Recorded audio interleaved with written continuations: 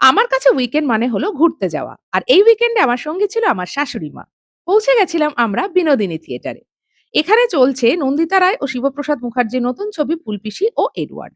ঢুকতেই cheese, popcorn আর cold drinks নিয়ে বসে পড়েছিলাম শাশুড়ি আর বৌমা। এই সিনেমাটির দৈর্ঘ্য ২ ঘন্টা ১৯ মিনিটের। সিনেমাটি সদ্য মুক্তি পেয়েছে। এটি একটি মার্ডার মিস্ট্রি। এই সিনেমাতে আপনারা দেখতে পাবেন এক ঝাঁক নতুন ও পুরনো তারকাদের। সিনেমাটা ওভারঅল কেমন লেগেছে সেই বিষয়ে আমি বেশি কিছু বলব না। সেটার জন্য সিনেমাটা আপনাদের দেখতে হবে। তবে আমার মনে হয়েছে এটা ওই ওয়ান টাইম ওয়াচ এর জন্য ঠিক আছে।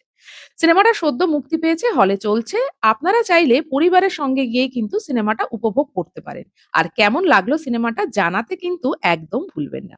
সিনেমা শেষে আমরা চলে গেছিলাম ভজহরি মান্নাতে। সেখানে গিয়ে নিয়ে নিয়েছিলাম চিকেন কাটলেট আর তার সাথে ছিল মাছের চপ। আর আমার প্রিয় ঘুগনি। আচ্ছা, সিনেমাটা আমার শাশুড়ির কেমন লেগেছিল শুনবেন না?